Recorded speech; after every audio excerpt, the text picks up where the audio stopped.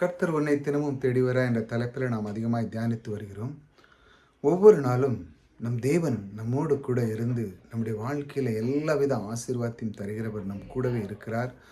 அவர் நம் கூடவே வந்து நமக்கு தேவையானதை தருகிற அந்த தேவன் நம்முடைய வாழ்க்கையை உயர்த்துவதற்காகவே அவர் நம்ம கூட இருக்கிறார். ஆகையால் அவர் தேடி வந்து நம்முடைய வாழ்க்கையை ஒவ்வொரு நாளும் இருக்கிற நிலைமையிலிருந்து மேலாக வரதான் அவருடைய விருப்பமும் சித்தமாக இருக்குது. நம்முடைய இந்த தலைப்பில் வாலிபம் என்கிறதிலிருந்து நாம் பார்த்து கொண்டு வருகிறோம். தெய்வன் நம்மளை எந்த அளவு அவர் நம்ம தேடி வந்து நம்ம எந்த அளவுக்கு நம்மை சொல்லி அவர் நம்மை அவருடைய வார்த்தையை கொண்டு நம்ம எப்படி பார்க்கிறார், எப்படி அதை நம்ம உள்ளத்தில் விதைக்கிறார் என்று பார்ப்போம். இதுதான் அந்த வாலிபம்ங்கிறது எதை பற்றி நாம் பார்க்குறோமோ அதை நான் உங்களுக்கு அதை எப்படி தேவன் செல்கிறார் என்று நான் உங்களுக்கு லாஸ்ட்டில் சொல்வேன். அங்கே இனி அற்ப ஆயுசுள்ள பாலகனும் தன் நாட்கள் பூரணமாகாத கிழவனும் உண்டாகிறார்கள். 100 வயது சென்று மரிக்கிறவனும் வாலிபன் என்று எண்ணப்படுவான். எருசலேமில் இந்த வார்த்தையை தேவன் சொல்லி ஆசீர்வதிக்கிறார். இனிமேல் அங்கே அற்ப ஆயுசுள்ள பால், அதாவது சின்ன குழந்தை சின்னதாக அந்த மாதிரி இல்லாமலும் நாட்கள் பூரணமில்லாத இந்த கிழவர்களும் அப்படி இருக்காமல் 100 வயது சென்று மரிக்கிறவனையே வாலிபன் என்று சொல்ல அந்த அளவுக்கு தேவன் அவங்களுடைய சரீரத்தையும் சரிதான், அவங்களுடைய ஆவிக்குரிய விஷயம் எல்லாத்துலேயுமே அப்படி தேவன் ஆசீர்வதிக்கிறார். பாருங்கள், இன்றையும் நீங்கள் பார்த்தீங்கன்னா நிறைய பேருக்கு 80 வயசு 90 வயசு இருக்கும். ஆனால் அவங்க செய்கிற சில எக்ஸசைஸ் மற்ற காரியங்களை நீங்கள் பார்த்தீங்கன்னா இளமையில் செய்த போல் இருக்கும். அந்த மாதிரி அவங்களுக்கு எப்பவும் அந்த முதுமையை நினைக்க மாட்டாங்க. தனக்குள்ளே இருக்கிற திறமை எப்பவும் செய்து முடிக்க முடியும் அப்படிங்கிறது ஒரு தன்னம்பிக்கை உள்ளுக்குள்ளாக வளர்த்து கொள்வார்கள். சரீரத்தை அவங்க பார்க்குறதுக்குள்ள உள்ளுக்குள்ளே எனக்குள்ளே அது திறமை இருக்குது, நான் இதனால் முடியும் என்று சொல்லும் பொழுது சரீரம் அதற்காக அது தன்னால் இயங்குகிறது. அதே போல் தான் நம்முடைய தேவன் பாருங்கள், உங்களுடைய வாழ்க்கையில் நம்முடைய வாலிப பருவத்தில் எப்படி அது இருக்க வேண்டும் என்று அவர் கற்றுக் கொடுக்குறார். இப்படிலாம் இராமல் சின்ன குழந்தை போல் வாழ வயது, அதாவது இனி அற்ப ஆயுசு இல்லாமலும் இப்படி பரிபூர்ண இந்த மாதிரி இல்லாமலும் எப்படி கொடுக்குறார் பாருங்கள்.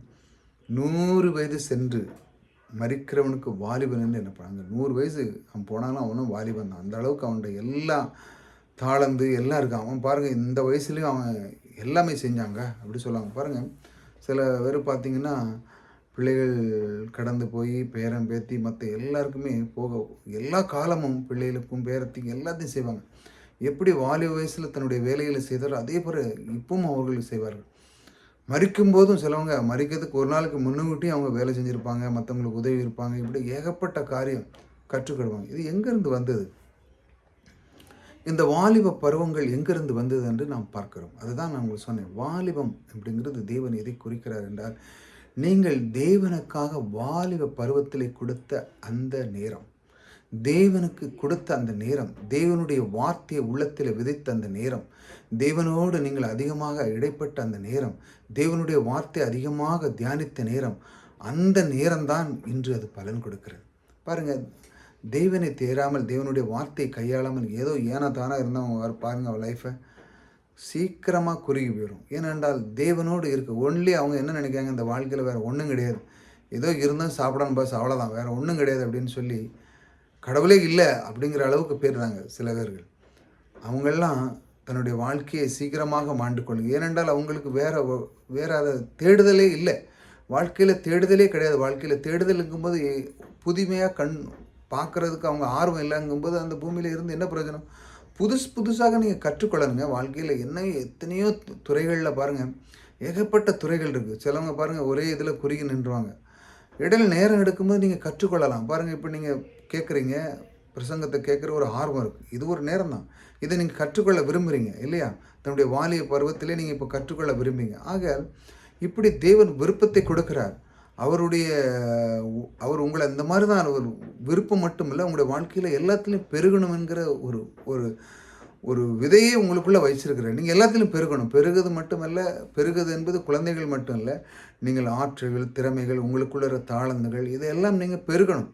தேவன் அதைத்தான் வச்சிருக்கிற வாலி வரிசையில் நீங்கள் இதெல்லாம் பெருகி விதை என்ன செய்யுது, உள்ளே பெருகி நீங்கள் ஆலமரம் போல் இருக்கணும்.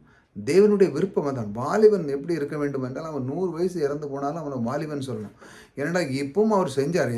பாருங்கள், ஊரில் கிராமத்தில் பேசுவாங்க, அவர் என்ன ச அவருக்கு எத்தனை 60, 80, 100 வயசு இருந்தாலும் அப்பவும் அவர் வேலை செஞ்சார். அவருடைய பிள்ளைகள் காப்பாற்றினாங்க, பிள்ளைகளுக்கு எடுத்து கொடுத்தாங்க, பேரன் பேத்திக்கு பார்த்தாங்க. எல்லாமே அவர் தான் செஞ்சார்.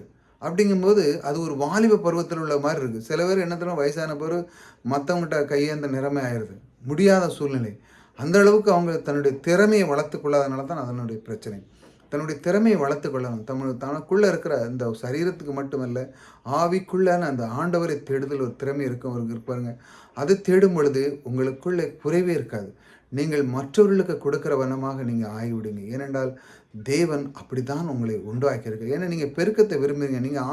நீங்கள் உங்களுக்கு இருக்கிற தாளந்தை நீங்கள் பெருக விரும்பும்போது நீங்கள் யாரிடத்துல கையேண்ட வேண்டிய அவசியம் இல்லை. ஏனென்றால் அப்படிப்பட்ட விதை தான் உங்கள் உள்ளத்தில் வைத்திருக்கிறார்.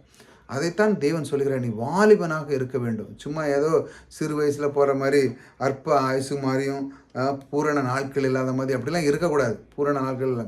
எப்பவும் 100 வயசு நீ மறுத்தாலும் அவங்கள பார்த்து சொல்லணும், வாலி வந்தான்ப்பா, என்ன மாதிரி செஞ்சான், வேலைகள் செஞ்சான், அதை செஞ்சான், இதை செஞ்சான், பிள்ளைகளை பார்த்தான், பேரன் பேத்திகளை பார்த்தான், அதை செஞ்சான், இதை செஞ்சான், ஏகப்பட்ட இன்றைக்கும் பாருங்கள் மறுக்கைக்கு முன்னாடி பிள்ளைகளுக்கு ஏகப்பட்ட சொத்தை வச்சு எழுதிட்டு போயிருக்கிறான்.